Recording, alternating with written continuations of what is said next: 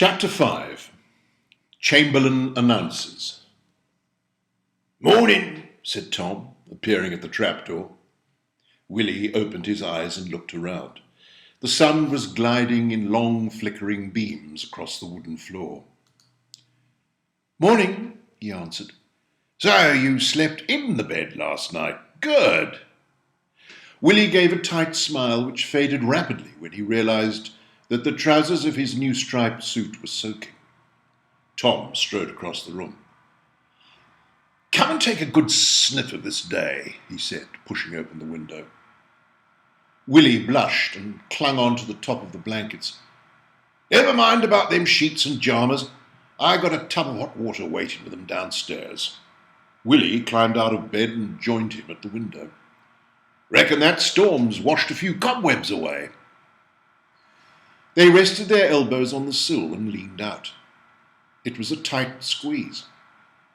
Beyond the little road at the end of the graveyard stretched green and yellow fields, and on the horizon stood a clump of woods. Tom pointed to some trees to the right of it. "The big grange over there. No, you can't see it, but when the leaves fall from the trees, you'll just be able to make it out. And over there," he said, pointing to the left of the fields, to where a small road wound its way up a hill, "is where one of your teachers lives. Mrs. Hartridge is her name." "Mr. Tom, how many teachers are there?" asked Willie. "Two. Mrs. Hartridge teaches the young uns, and Mr. Bush the old uns." "How old is old?" 11, 12, up to 14. Sometimes a clever one goes to the grammar in the town. "See them woods?" he said. "There's a small river flows through there to where the grange is. 'Tis popular with the children round here."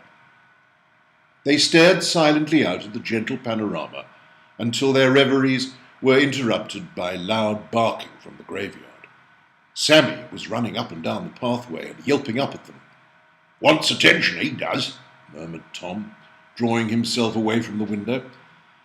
"Oh, he's got another busy day, William. Got to start digging a trench for the Anderson this afternoon. That'll put some muscles on you." They stripped the bed between them and carried the sheets downstairs. Tom gently washed Willie's body again and smoothed witch hazel onto the sore spots. An assortment of clothes were lying on the table. Mrs. Fletcher had brought them round the previous night. David, her youngest, had grown out of them, and although he was younger than Willie, he was a head taller. Tom handed him a white shirt from the pile and tied one of his own ties, a brown tweedy affair, around his neck.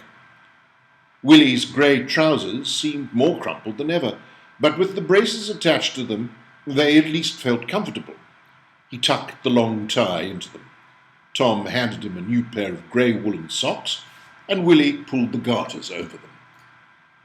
"I put some oil on them boots last night," he said, as Willie stood, his feet encased in them. "You'll have to do them yourself. You'll have to do them yourself tonight, I think."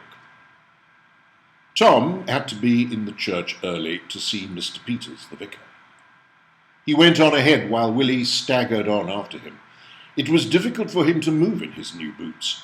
They cut into his ankles, and he couldn't bend his feet to walk in them. But apart from the slight discomfort, he felt very protected and supported in them. They clattered on the flagstone pathway, and it pleased him to hear himself so clearly. His bony legs, which usually felt as if they would collapse beneath him, felt firmer, stronger.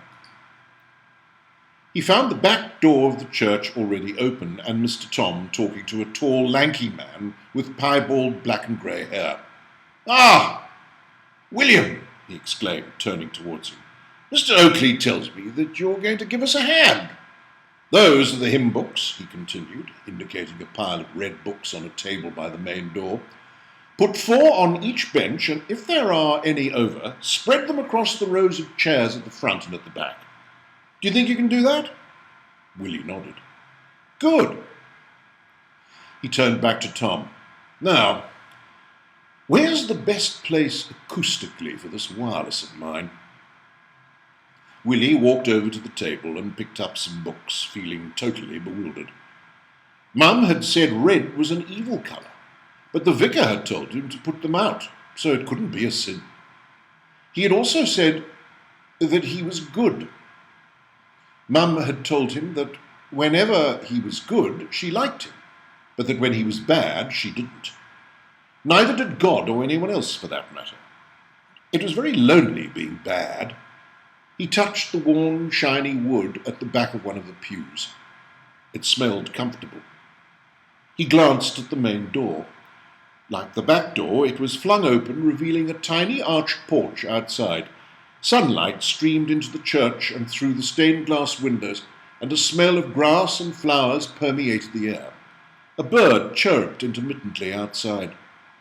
Perhaps heaven is like this, thought Willie to himself. He laid each book out neatly on the benches, his new boots echoing and reverberating noisily around him. But the vicar made no comment and carried on talking quite loudly for someone who was in a church. He was arranging the books in the back row so that they were exactly parallel to each other when two boys entered. They were both 3 or 4 years older than him. They sat on the second row of choir benches to the left of the altar. Suddenly it occurred to Willie that the church would soon be filled with people. He hated crowds and dreaded the Sunday service and its aftermath, which was usually a good whipping. He felt a hand on his shoulder. It was Mr. Tom. "Stay with me, boy," he said in a low voice, and Willie gratefully followed him into one of the pews. Within minutes the tiny church was flooded with men, women, and children. 4 more boys sat by the altar. On the right of the altar were 3 men. Willie recognized Mr. Miller from the corner shop and the young man behind the mesh in the post office. In the pew opposite Willie were 2 ginger-haired girls trying to smother their giggles. Their long carrot-coloured hair had been fought into plaits, while the remainder stuck out in frizzy, uncontrollable waves. They wore pale lemon and green summer dresses with short puffed sleeves and a cross-stitching of embroidery around their chests. Their faces and arms were covered with the biggest freckles Willie had ever seen. Like him, they too carried their gas masks over their shoulders. A lady at their side glared down at them. She must be their mother, Willie thought. Sitting next to her was a tall man with bright red hair and a young dark-haired girl. Mr. Peters and his wife stood by the main entrance, greeting the congregation as they entered. Their 3 teenage daughters, cook, and assortment of evacuees filled 2 of the pews in the front. A hacking cough from the porch heralded the arrival of Nancy Little and the doctor. Willie gave a short gasp. She was wearing trousers to church. He watched the vicar's face, waiting for the thunderous "Thou shalt be cast into the eternal fires" glare. But he only smiled and shook her hand. He was surprised to see Miss Thorne behind them.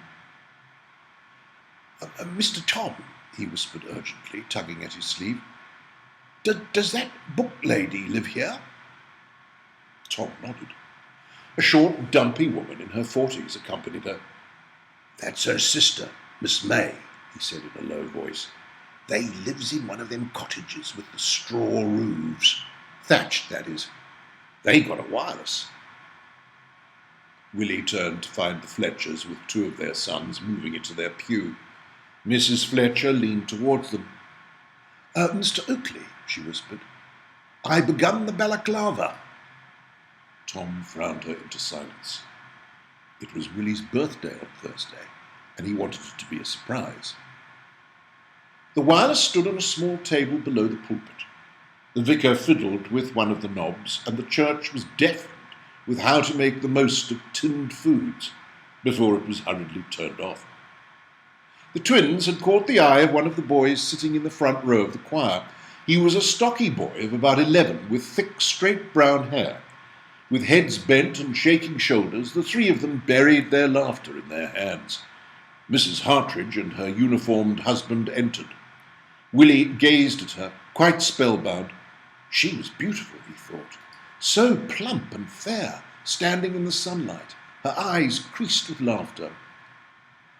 "Them be the Barnes family," whispered Tom, as a group of men and women came on in behind them. "They own Hillbrook Farm, biggest round here for miles." Mr. Fred Barnes was a brick-faced, middle-aged man whose starched white collar seemed to be causing him an obstruction in breathing. 3 healthy-looking youths and 2 red-cheeked young women were with him. His wife, a short, stocky woman, was accompanying 2 evacuees, a boy and a girl. "Trust old Barnes to pick a strong-looking pair," muttered Tom to himself. Lucy and her parents sat in front of Tom and Willie. She turned and smiled at them, but Willie was staring at the colours in the stained-glass windows and didn't notice her.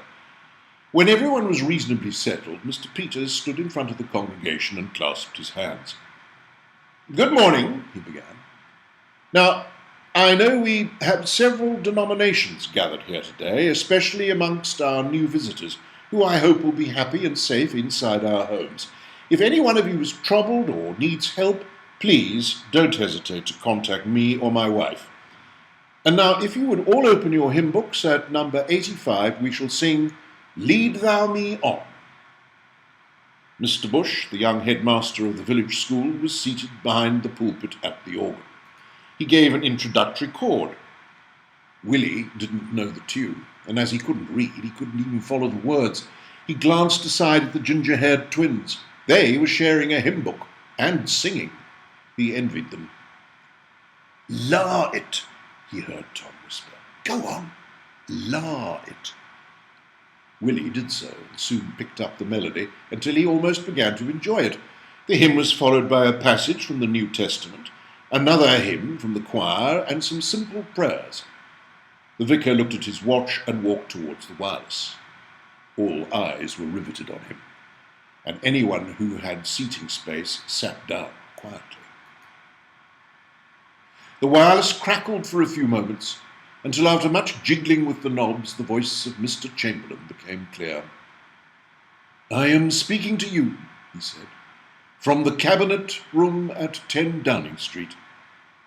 This morning, the British ambassador in Berlin handed the German government a final note stating that unless we heard from them by 11 o'clock, that they were prepared at once to withdraw their troops from Poland.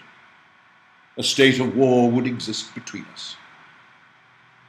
I have to tell you now that no such undertaking has been received, and that consequently this country is at war with Germany." A few people gave a cry. The rest remained frozen into silence, while others took out their handkerchiefs. A loud whisper was heard from the brown-haired choir boy. "Does that mean no school?" He was silenced very quickly by a frown from Mr. Bush, and Mr. Chamberlain's message was allowed to continue undisturbed. "I know that you will all play your part with calmness and courage," he said. "Report for duty in accordance with the instructions you have received. It is of vital importance that you should carry on with your jobs. Now may God bless you all. May he defend the right. It is the evil things that we shall be fighting against: brute force, bad faith, injustice, oppression, and persecution. And against them, I am certain that the right will prevail." Mr. Peters turned the wireless off. After what seemed an interminable silence, he spoke. "Let us pray." Everyone sank to their knees. Willie peered over his clasped hands in the direction of the choir. The brown-haired boy had caught the eyes of the twins again and was desperately attempting to relay some kind of message to them. After prayers, various announcements were made from the pulpit. Volunteers and those already involved with the ARP, or civil defence work, were asked to meet at the village hall. Women and children were to report at the school in the morning to make arrangements for the care and education of the evacuees. After the service, when everyone had filed outside, Willie looked around for the strange curly-haired boy who he had seen at the post office. The brown-haired choir boy was already in deep discussion with the twins. He was joined by several other children, but there was no sign of the post office boy anywhere. He felt a hand tugging at his shirt sleeve. It was Lucy. She gazed shyly at him. Her large red cheeks and wide bulging lips spreading out beneath two round blue eyes. "Hello," she said. Willie shuffled in his boots and dug a toe into the grass. "Hello," he said in return. An awkward silence came between them, and he was more than grateful when Mr. Tom called out to him. "Go and put the kettle on," he yelled. "I've got to see the vicar." Willie turned quickly and stumbled hurriedly down the path, leaving Lucy to stare silently after him until he had disappeared into the cottage. The lid of the kettle rattled continuously, causing the living room to be enveloped in clouds of dense steam. Willie had tried vainly to lift the kettle from off the range, and having only succeeded in burning his hand, he waited anxiously for Mr. Tom's return. Tom didn't bat an eyelid at the warm fog. He strode into the room, and picking up the kettle with an old cloth, he proceeded to make a pot of tea. It wasn't till he had put 3 mugs on the table that Willie realized that there was a third person in the room. A short, stocky, middle-aged man with thinning brown hair, a ruddy face, and a twinkle in his eyes was standing at the doorway eyeing him. He blushed. "Come on in, Mr. Fletcher," said Tom brusquely. He and Mr. Fletcher sat at the table, and Willie took one of the mugs and perched himself on the stool in front of the range. He felt very self-conscious and stayed gazing at the fire while the 2 men talked about widths of trenches. He pricked up his ears at one point, for he knew that they were talking about him. "Oh, yeah, you manage all right," he heard Tom say. "Have to muck in like the rest of us." He glanced in his direction. "William," he said, "you shall have to get your hands dirty today. You don't mind a bit of muck and earth, I don't suppose?" No, Mr. Tom," said William. This was a different world altogether. For a start, his mother had always taught him that it was a sin to work or play on the Sabbath. Sundays were for sitting silently with a Bible in front of you. And for another thing, if he got any dirt on his clothes, he'd get a beating. His classmates had called him a sissy because he had never dared to dirty himself by climbing a wall or joining in any of their rough-and-tumble games. And in addition to having to keep his clothes clean, his body was often too bruised and painful to play a part, apart from the fact that he didn't know how to. "Mr. Tom," he asked after Mr. Fletcher had left, "what about me clothes getting dirty?" "Oh, you can take your shirt off. 'Tis a good hot day." Willie shuffled nervously on the stool. "What's up now?" he said curtly. "Them bruises, is it?" He nodded. "Wear your grey jersey, then. Mind," he added, "you'll be dripping, and put your old socks on." After a meal of meat and potato stew, of which Willie only managed a few mouthfuls, Mr. Fletcher returned, accompanied by his 2 teenage sons. They were carrying spades and measuring sticks. Tom pointed sadly to a patch of grass in the back garden. "Oh, best start there," he said. "'Tis a reasonable distance from the latrine." They cut and stripped the turf away in small, neat squares, and then after measuring the ground, they slowly and laboriously began to dig. Willie was given a small spade, and after an hour of removing a tiny section of earth, he began to forget that he was surrounded by strangers, and gradually became absorbed in his digging. Mr. Tom had told him not to be afraid of the earth, but it was still wet from the previous night's rain, and occasionally he let out an involuntary squeal when his spade contacted a worm. This made the others laugh and yell, "Townie!" But they carried on digging, and Willie realized that there was no malice in their laughter. In the middle of digging, they all sat down for a mug of tea. Willie helped hand the mugs around. The 2 youths, he had learned, were called Michael and Edward. Michael was the elder. He was dark-haired with a few strands of hair on his upper lip. Edward, the younger, was stockier. He had brown wavy hair and a hoarse voice that was in the process of breaking. Willie sat at the edge of the shallow trench and clung tightly to his mug. The inside of his hand smarted under the heat of it. Suddenly he gave a start. Footsteps and the sound of a boy's voice were approaching the hedge. Maybe it was the post office boy. He turned sharply to look. 2 boys leaned over the small gate. They were Michael and Edward's younger brothers. One of them was the brown-haired choir boy, and his younger brother was a small, dark-haired version of him. Tom gave his usual frown at the appearance of uninvited intrusion. "May I has your worms, Mr. Oakley?" inquired the choir boy. Tom grunted, and the smallest fled immediately. "Dare say you can, George. Come on in." "Thanks, Mr. Oakley," he said enthusiastically, and he swung the gate open. In his hands was a large tin. He walked over to the trench and began scrutinizing the piles of earth, while Willie watched him in horror as he picked up the wriggling worms to put them inside the tin. Within minutes he was helping with the digging. He turned shortly to discover Willie staring at him. "You's one of them townies, ain't you?" he said. Willie nodded. "Ain't you hot in that jersey?" He had stripped off his shirt as soon as he had joined in. Willie shook his head, but the telltale beads of sweat that ran down his flushed face belied him. His jersey clung to his chest in large, damp patches. "You looks hot. Why don't you peel off?" Willie grew more reticent and mumbled out something that George couldn't hear. What he said? What did you say?" "Boy's got a temperature," interrupted Tom curtly. "Best to sweat it off."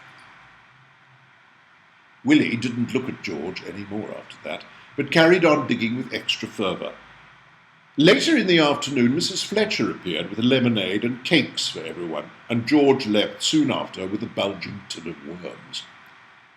Sammy watched them digging from a corner of the garden. He was miserable at being left out. He had tried to help earlier, but was only yelled at angrily for filling the hole with earth. When the trench was completed, Willie sat on the grass to watch the others fix the Anderson shelter inside it. Sammy lay by his feet. The 6 steel sheets were inserted into the 2 widest sides of the trench and bolted together at the top, forming a curved tunnel. Michael and Edward placed one of the flat pieces of steel at one end, and Tom and Mr. Fletcher fixed it into place. This was the back of the shelter. It had an emergency exit, which they all had to have a go at unbolting. Willie was so absorbed that he didn't notice that his knees were being licked, and unconsciously he rested his hand on the back of Sammy's neck. Tom and Mrs. Fletcher fixed the next flat piece onto the front of the shelter. Cut inside it was a hole which was at ground level. This acted as a doorway. "William," said Tom, turning, and being surprised to see him sitting with Sammy in a fairly relaxed manner, "like to have a try out of this doorway?" Willie rose and wandered over towards the entrance. He put his head cautiously through the hole and stepped gingerly inside. It was dark and smelt of damp earth. Tom joined him. The shelter curved well above his head, so that they could both stand quite comfortably inside. Tom crawled back out into the sun and pulled Willie out after him. He thanked Mrs. Fletcher and his sons for their help and shook their hands. "Pleasure," said Mr. Fletcher. "We must all help one another now." "William," said Tom after the Fletchers had left, "I'm afraid we ain't quite finished yet. We just got to cover this with earth. Got any strength left?" Willie felt exhausted, but he was determined to keep going. He nodded. Between them, they started to cover the shelter until it was time for Tom to leave for a meeting in the village hall. "Don't carry on for long," he said, as he swung the back gate behind him. But Willie continued to pile the earth on, levelling it down with his hands. It was exciting to see the glinting steel slowly disappear under its damp camouflage. He was so absorbed in his task that he didn't notice dusk approaching. His hands and fingernails were filthy. His face and legs were covered in muck. His clothes were sodden, and he was glorying in the wetness of it all. He was in the middle of smoothing one piece of earth when a shadow fell across his hands. He looked up quickly, and there, half silhouette in the twilight, stood the wiry, curly-haired boy he had seen at the post office.